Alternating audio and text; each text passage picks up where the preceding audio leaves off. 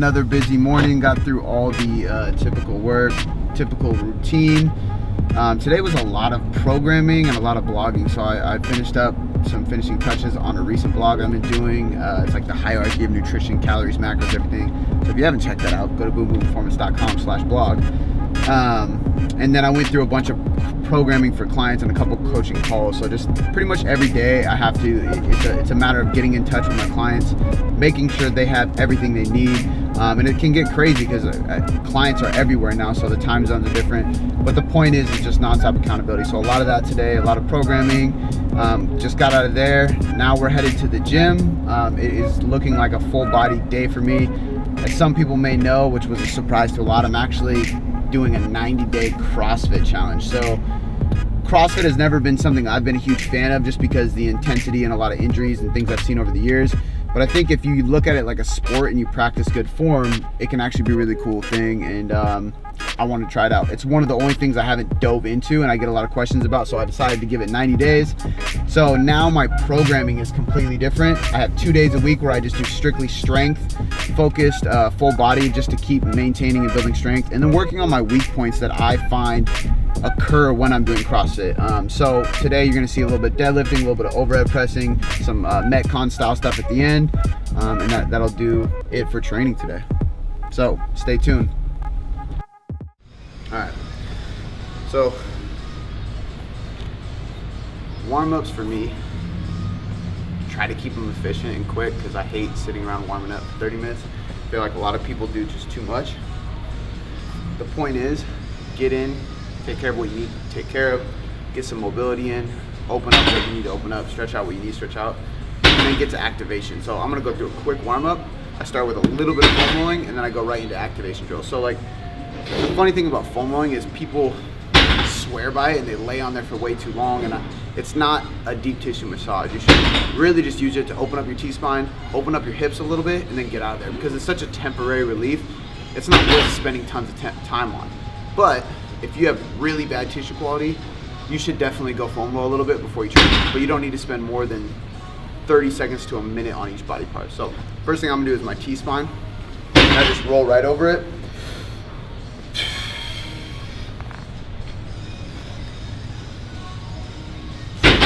You can't hear it on the camera, but every disc in my back just popped, which feels really good. So I'm gonna deadlift today, so I will do a little bit of lat work and just dig in there just to loosen them up, because I get super tight.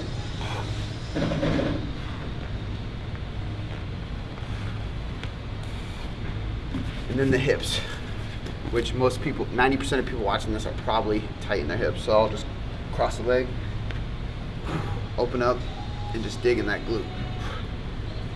And usually when you can feel, as you can see by my face, a point that doesn't feel good, you actually want to dig in there and get that knot out.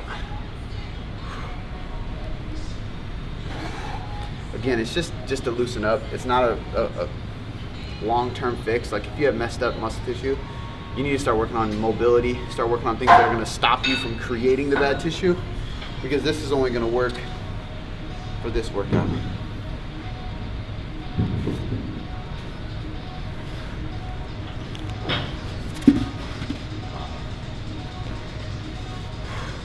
All right, next I'm just going to go through the basic mobility. My goal is like 2 to 3 exercises that are going to hit everything, rather than sitting here doing 20 different things and doing mobility for 30 minutes. Like I know a lot of people I work with don't have hours and hours to train. So like, let's make it efficient, let's make it cater to you, and let's just get it done so you can move on.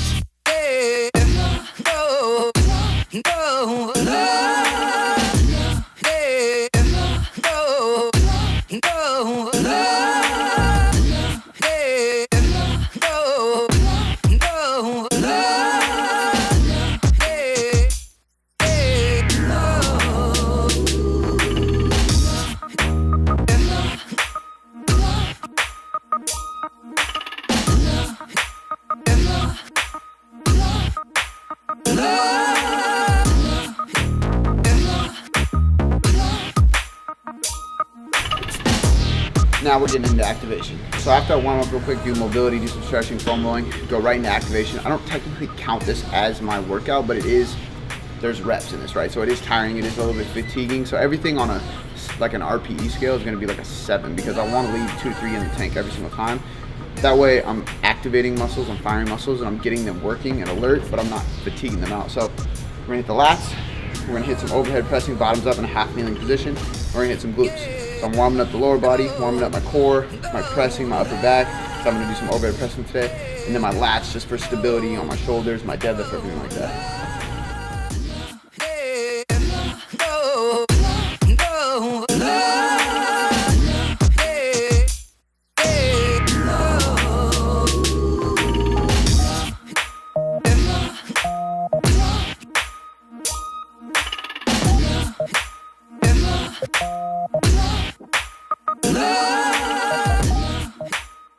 So just got done with activation, firing everything up.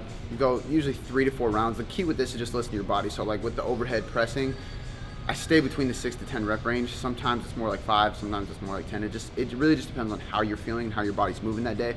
The goal is to warm up, the goal is to activate, the goal is to fire and get ready for what you're about to do.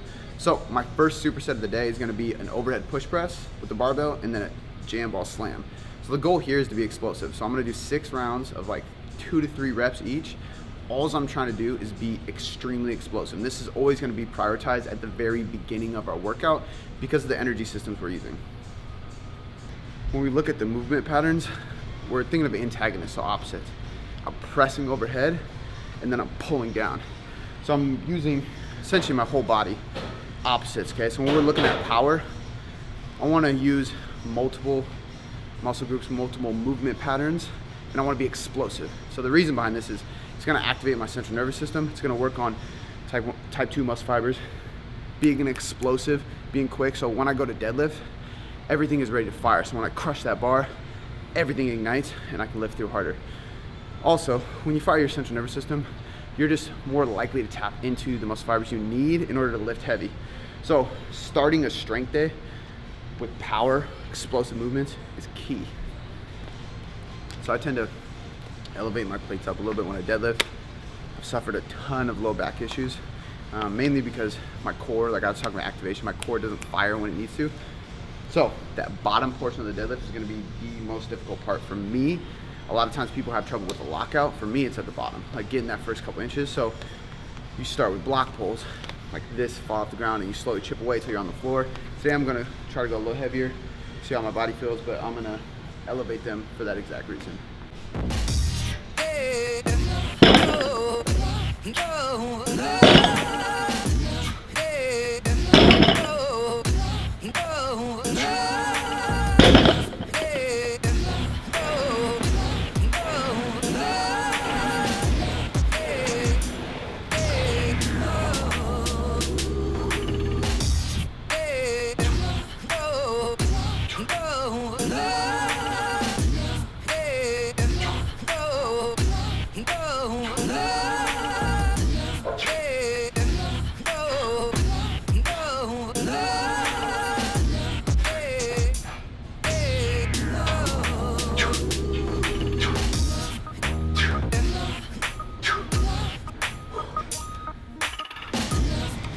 Just got done with the workout. I always like to finish, not always, but a lot of times I like to finish with some kind of Metcon. So today I did 150 meters on the rower, anywhere between 6 to 10 clean squat to press, so squat thrusters with 45-pound dumbbells, and then pull-ups or chin-ups, anywhere between 6 to 10. I know there's a bunch of people out here that are gonna be floating in that rep range, so the point is that you're going through those movements as fast as you possibly can for 4 rounds.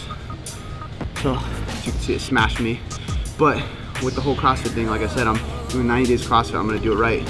I need to step up my conditioning, I need to step up my core training so I can handle this shit, especially if I go into competitions. So that concludes the workout.